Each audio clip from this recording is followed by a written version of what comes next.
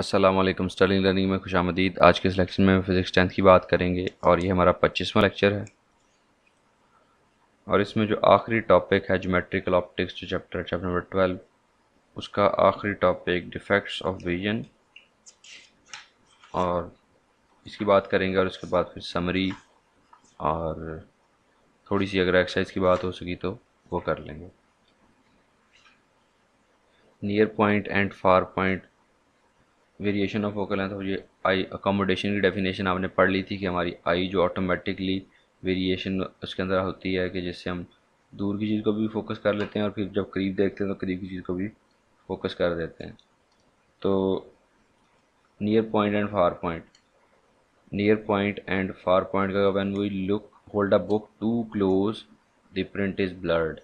कहता है जब हम बुक को बहुत ज़्यादा करीब रखते हैं तो प्रिंट जो उसका ब्लर नज़र आता है, because the lens can not adjust enough to bring book in to focus. Near point of eye is the minimum distance of an object from the eye at which produces a sharp image of the on the retina. Near point किसी भी आंख का different होता है दूसरी आंख से। एक जो हेल्दी आंख है उसके लिए तकरीबन नियर पॉइंट मिलता जुलता होता है, लेकिन ये varies from human to human, age के लिहाज से भी वेरी करता है। तो नियर पॉइंट वो है जो कम से कम डिस्टेंस है, जितनी दूर से आंख जो है एक शार्प इमेज बना सकती है। मतलब this is the eye ball, ये समझ लें आँख है। ये यहाँ पे आपके पास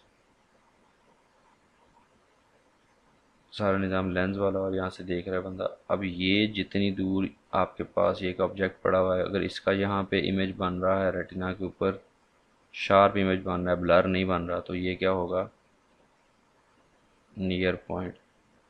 अगर इससे इस तरफ ले जाएंगे तो ब्लर होना शुरू हो जाएगा, इसे दूर करेंगे तो फिर सही रहेगा। मिनिमम डिस्टेंस जो होगा, दूर करेंगे तब तो शार्प इमेज बनेगा, लेकिन ज़्यादा दूर करेंगे तो वो फिर शार्प इमेज मतलब दूर से आपको नज़र लिखा हुआ नज़र नहीं आएगा। तो this distance is also called least distance of distinct vision. Near point को least distance of distinct vision भी कहते हैं। An object closer to the eye than the near point appears blurred, उसको ब्लर नज़र आता है। For people in their early 20s with normal vision the near point is located 25 centimetre from the I. 25 centimetre दूर होता है आँख से near point for normal human beings, for normal people in early 20, that means 20 22 24 साल की साल उम्र में।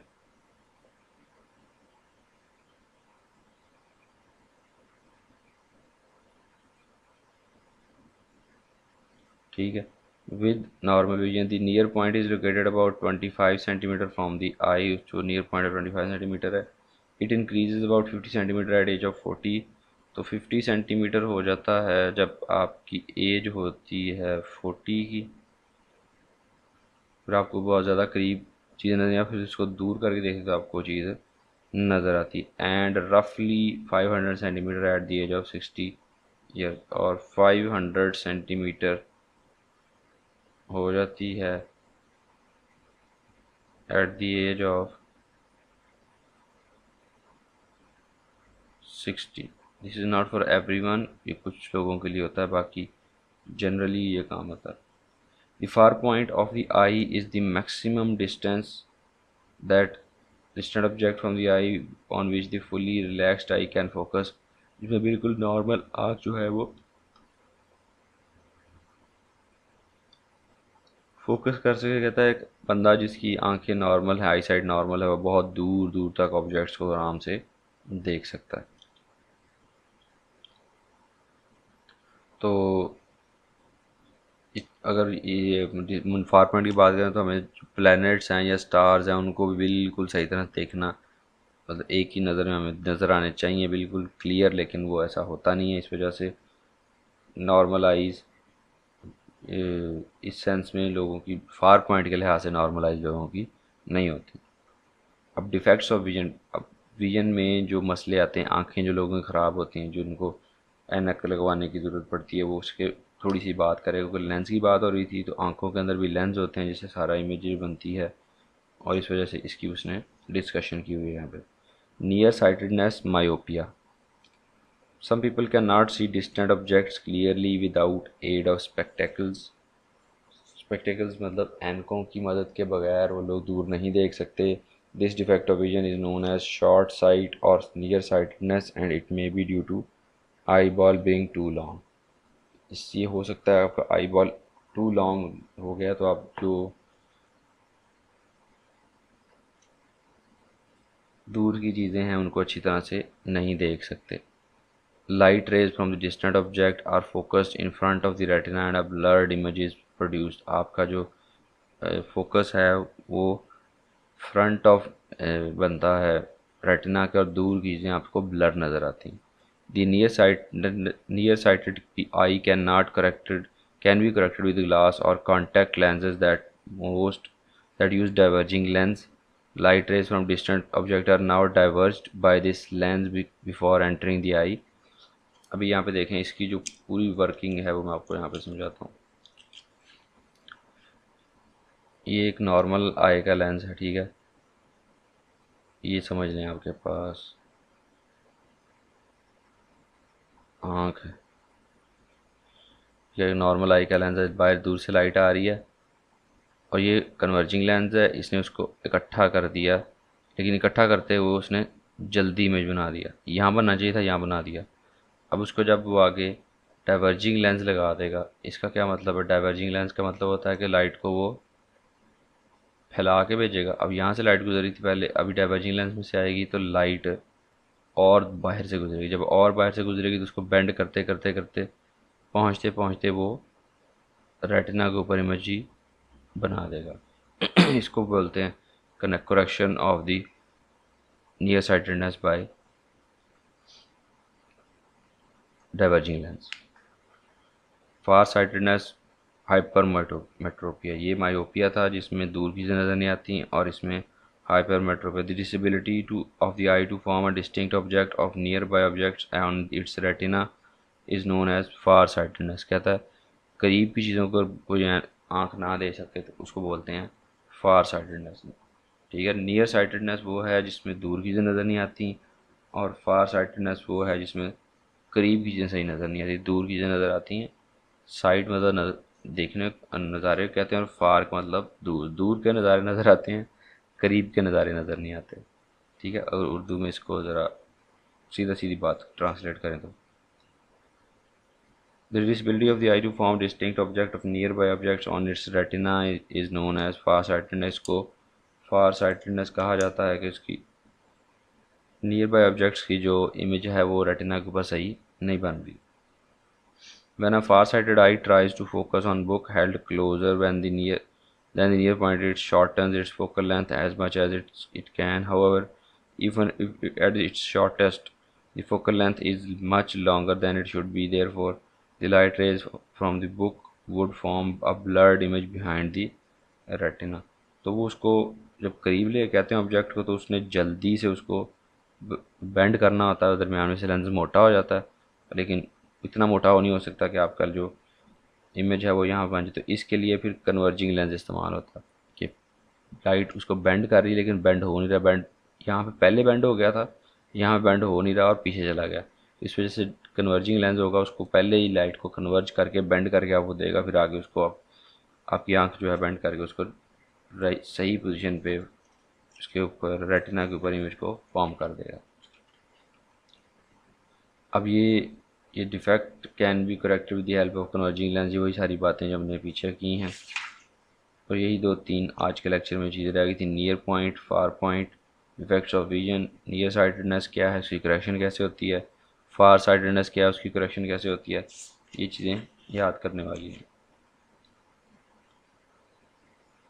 अभी हमारे पास टाइम है तो थोड़ी सी समरी को देख लेते हैं। समरी आप लोगों ने खुद ही पढ़ लेनी होती है, इसमें ज़रा दोबारा से चीज़ें सारी शॉर्ट फॉर्म में लिखी होती हैं, तो हम इसको नहीं अभी पढ़ेंगे, ये अभी हम सारा कुछ कर रहे हैं।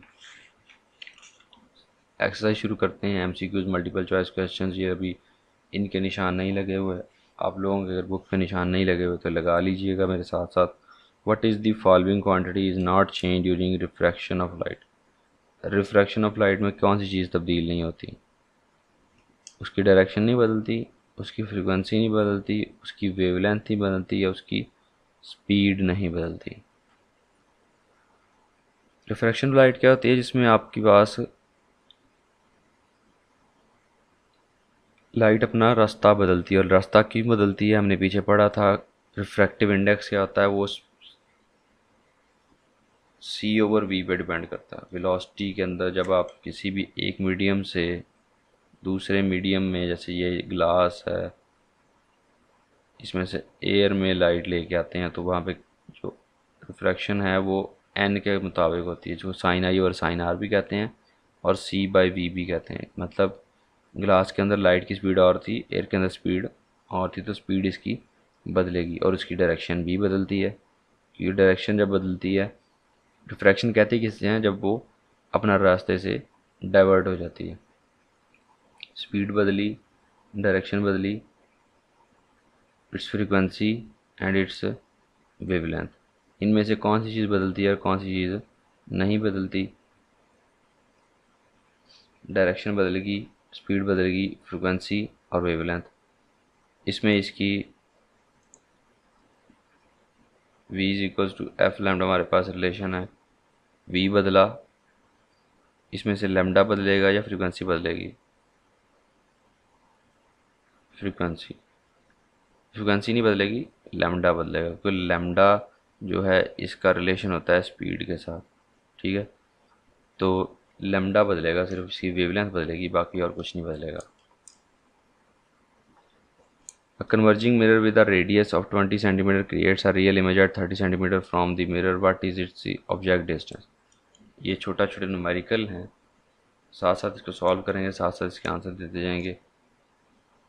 कन्वर्जिंग मिरर, कन्वर्जिंग क्या होता है, जो लाइट को इकट्ठा करता है, जिसको कनकेव मिरर बोलते हैं, वो है।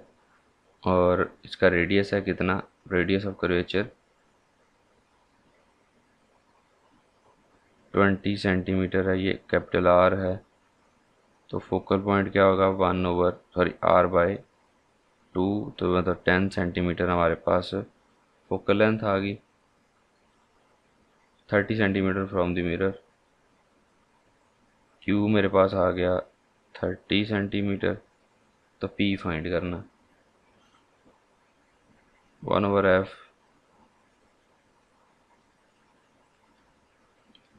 1/p plus 1/q, 1/f minus 1/q is equals to 1/p। अभी यहाँ वैल्यूज पुट करके एलसीएम ले लें, 10 इधर आ जाएगा और इधर -1/30 आ जाएगा। 30 एलसीएम आ गया, 3 -1/p।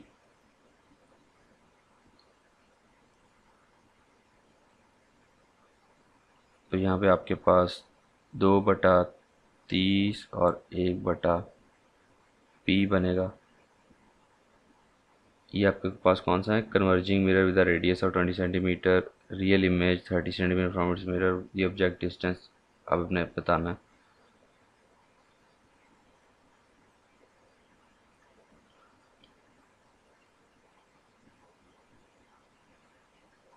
तो यहाँ पे आपके पास 2p इज इक्वल्स टू 30 आ जाएगा और p इज इक्वल्स टू आपके पास 15 सेंटीमीटर आ जाएगा। तो यहाँ पे आपके पास 15 सेंटीमीटर नेगेटिव में वैल्यू दी हुई है, तो ऑब्जेक्ट डिस्टेंस आपका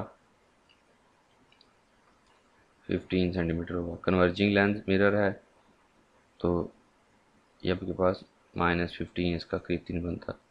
An object is placed at the center of curvature of a concave mirror. The image produced by the mirror is located. Object को प्लेस किया गया centre of curvature of a concave mirror के, the image produced by the mirror is located at out beyond the centre of curvature, at the centre of curvature, between the centre of curvature and focal point, at the focal point. मतलब object जो है उसको 2f पे रखा गया है, कि centre of curvature जो है वो आपके पास 2f के बराबर होता है। जब 2f पे इमेज ऑब्जेक्ट होगा तो उसकी इमेज कैसे बनेगा, ये आपको डिटेल यहाँ पे मिलेगी। Formation of image by mirror.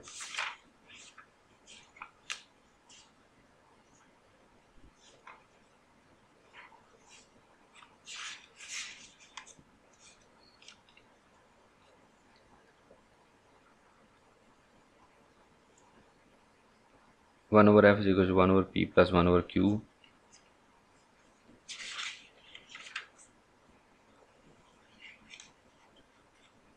जब इसको 2f पे रखेंगे तो मतलब मेरे पास फोकल लेंथ आ जाएगी इसकी 1/2f। नहीं बेबी, यहीं से सेकंड MCQs के बाद इसको ख़त्म करते हैं।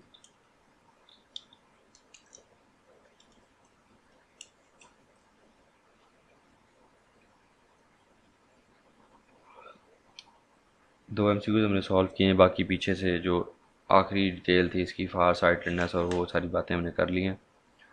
और हमेशा की तरह दुआ में याद रखिएगा, अपना ख्याल रखिएगा। अल्लाह हाफिज़ और अल्लाह आपका निगहबान।